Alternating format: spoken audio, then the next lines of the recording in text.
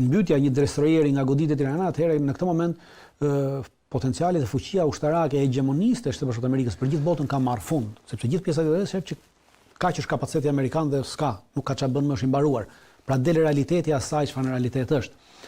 Dhe çfarë bëjnë? Po bëjnë lojën që bën në radhën e parë vjet. Pra edhe vjet, të mos mendoni se Izraeli e goditi Iranin me mendjen e vet, Izraeli nuk bën dot asgjë me mendjen e vet.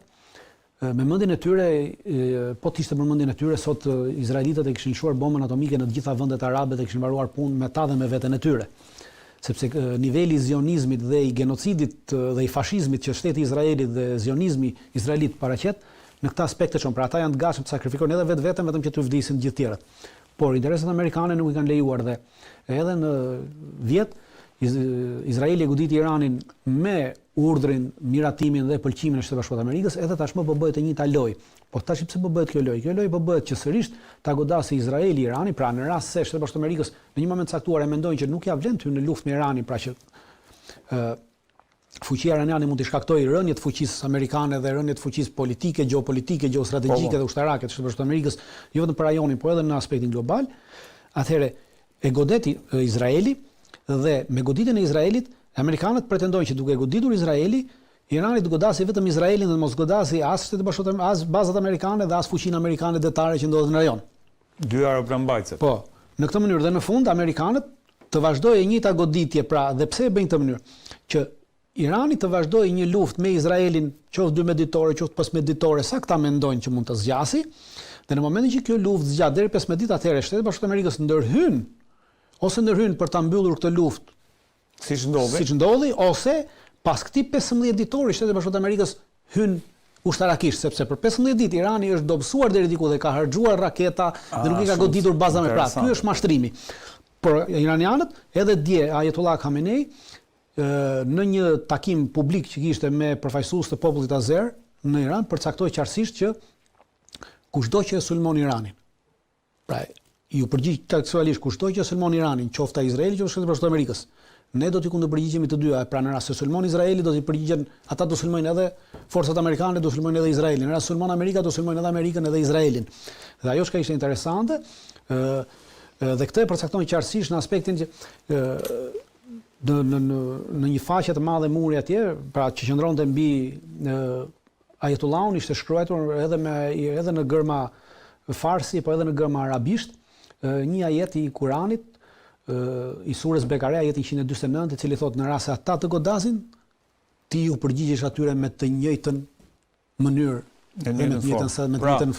Strategjia dritare është që Izraeli përpara 15 ditë dhe pastaj ty Amerika dhe amerikanët mendojnë që këtë strategji pra e shesin në këtë mënyrë nëpërmjet këtyre mediave që ne s'po përzihemi dhe Izraeli Reuters në fakt thotë që kemi dhe ne s'përzihemi dhe Irani merret vetëm me Izraelin 15 ditë. Pas 15 ditëve Irani normalisht e ka humbur një sasi raketash, dobësuar deri diku dhe në atë moment pastaj hyn në Shtetet Bashkuara të Amerikës me gjithë forcën që kanë dhe mendojnë se në këtë mënyrë. Pra unë besoj që kjo nuk do t'i vlejë Shtetet Bashkuara të Amerikës, pra është një mashtrim i cili po mundohen ta bëjnë, sepse siç kam thënë gjithnjë lufta është në hile, një trimëri.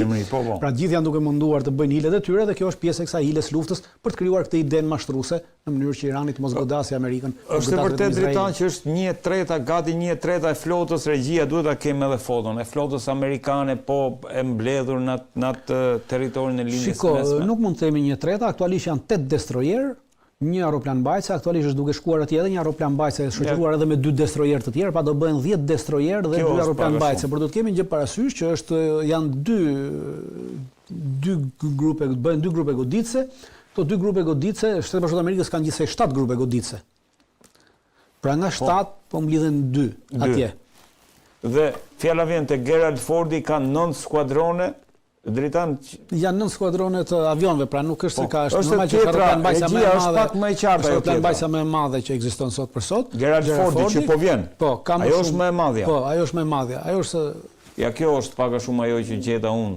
Gerald Fordi me 9 skuadrone, edhe Abraham Lincoln në fakt me 9 skuadrone. 9 skuadrone kanë, nuk kanë thjesht është më e madhe në aspektin e sasisë trupave që mba dhe është më e madhe në aspektin e forcave detare që e shoqërojnë Abraham Lincolnin. Pra Abraham Lincolni shoqërohet me 2 nëndece, kjo tjetër nuk shoqërohet me 2 nëndece. Pra në këtë aspektin me destroyerët aktualisht Abraham Lincoln shoqërohet me ka një destroyer të vetin që shoqëron, kurse kjo forca tjetër ka 2 destroyer që shoqërojnë. Dhe plus, por ama ka edhe destroyer të tjerë të vendosur në rajon. Gjithsej aktualisht janë 8 destroyer.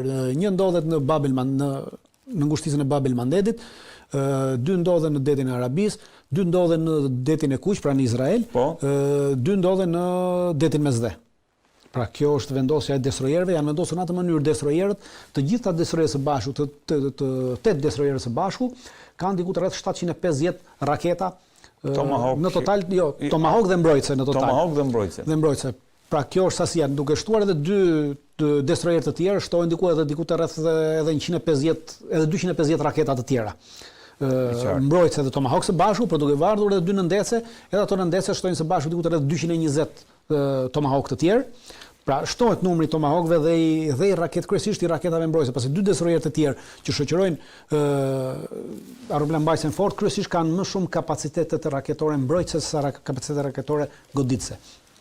E qartë. Dritan, ndërkohë që e gjitha kjo ndodh, Irani ka filluar dje më duket ka filluar një stërvitje pikërisht në gjirin e Hormuzit. Këto janë video dhe të bëm përshtypje Dritan që janë mbuluar fytyrat e antarëve të ushtrisë, po them unë, po bëhet me këto mjetet e vogla. Jo, bëhet ajo që bëhet, po bëhet një stërvitje e cila ishte parashikuar për të bërë, por që nuk u bë para një muaj. Ishte në janar, në fillim të janarit. Garda revolucionare iraniane kishte parashikuar të bënte një stërvitje në ngushtisën e Hormuzit.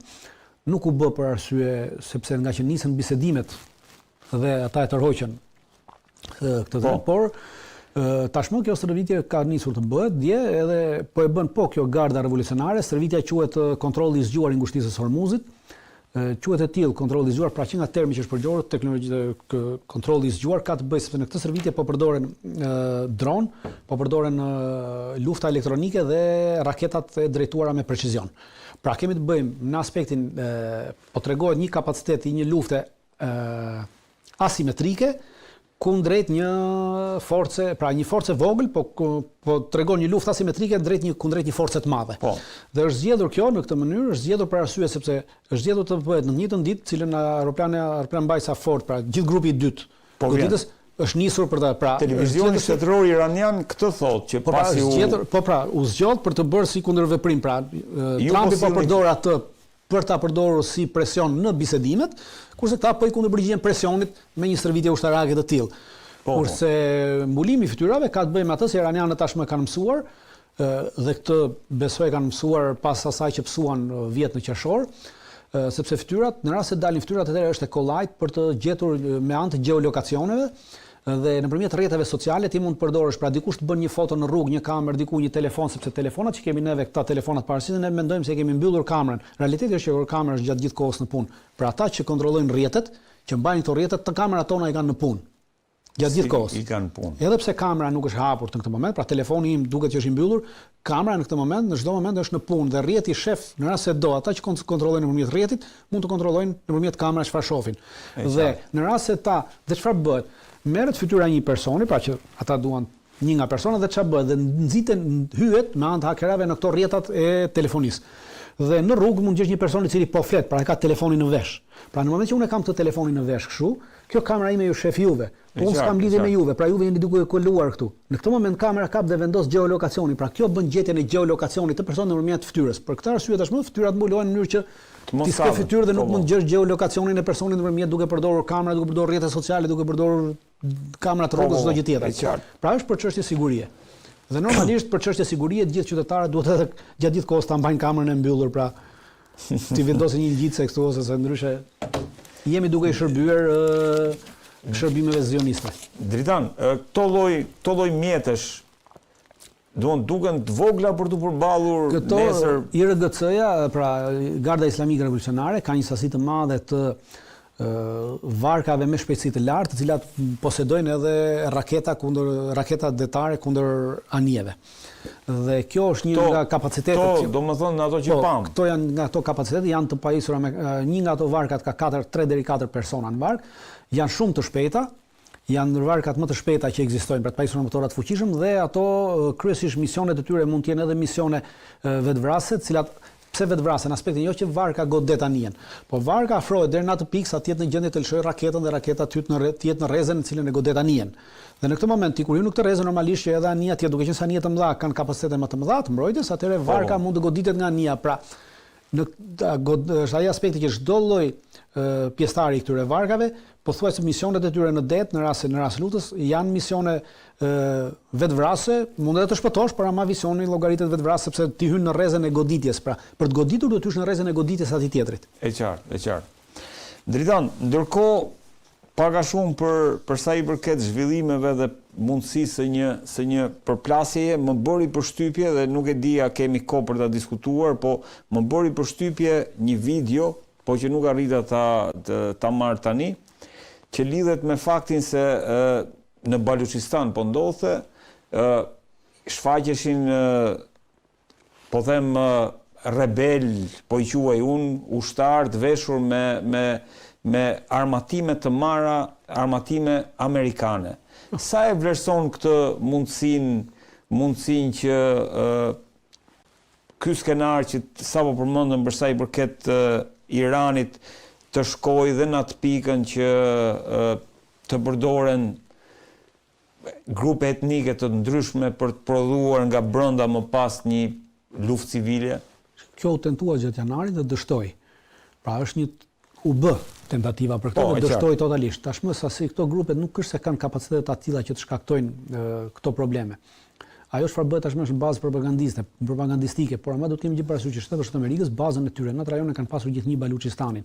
Kjo ka ndodhur edhe kur revolucioni islamik erdhi në pushtet në vitin 1979, atëherë amerikanët nisën një mision special me forca speciale Delta dhe me forca speciale të ushtrisë dhe Rangera për të dhe misioni për të vajtur dhe për të ndërhyrë në ambasadën amerikane në Teheran, e cila ndodhej nën ishte zënë dhe ishte marrë peng nga këta revolucionarët islamik të asaj kohe, dhe baza e nisës ishte Baluchistani në Pakistan. Pra Baluchistani dhe Baluchit kanë qenë gjithnjë baza kryesore e Shtetit Bashkuar të Amerikës dhe e CIA-s që nga 79-a deri vazhdojnë edhe sot janë, pavarësisht ai mision dështoi për arsye teknike sepse u përplas avioni dhe helikopteri që do zbrisin u përplas në një territor në shkretir në Iran dhe mbetën të vrarë gjithë forcat amerikane që ishin këto. Pra dështoi për shkak të fajit tyre, jo për shkak të ndërhyrjes së iranianëve në atë kohë. Por dua të them atë që Baluchët kanë qenë gjithnjë pjesë e kësaj dhe vazhdojnë të jenë pjesë e CIA-s në përdorimin e tyre si në Iran si në Pakistan. Problemi i Baluchëve është që në çfarë do lloj mënyre që sot ata kanë armiq, kanë edhe qeverinë e Pakistanit, kanë edhe qeverinë e Iranit, sepse në të dyja rastet preken të dyja, pra preket edhe Irani, preket edhe Pakistani. Kështu që në këtë aspekt të dyja kanë pasur një marrëveshje Pakistani me Iranin, marrëveshje e bërë që para 3 viteve ku forca iraniane hyn në territorin pakistanez të Baluchistanit për të sulmuar këto dhe ka pasur edhe goditje nga ana e Pakistanit në territorin iranian të forcave baluche që ata arrin të identifikojnë ose ta shohin. Dhe të dyja palët e kanë lejuar këtë njëra tjetrës pa bërë protesta pasi që pra është një marrëveshje e tyre për të goditur këtë bazë. Pra, jo për të goditur si bazë të CIA-s, por të goditur si një bazë e cila mund të sjellë nesër probleme territoriale dhe të integritetit territorial të dy vendeve. Dritan, ndërkohë kemi në Gjenevë do kemi një takim, sa e mundshme është që Irani të tërhiqet nga kushtet. Vetë Trumpi ka deklaruar që unë do të jem aty indirekt i pranishëm në ato bisedime. Shikon, do të kemi një ato që aktualisht takimet po ndodhin në Iran. Dje ka ndodhur takimi dje ka ndodhur një takim direkt midis ministrit të jashtëm iranian dhe kryetarit të Agjencisë Atomike të Kombeve të Bashkuara Rafael Grossi. Po.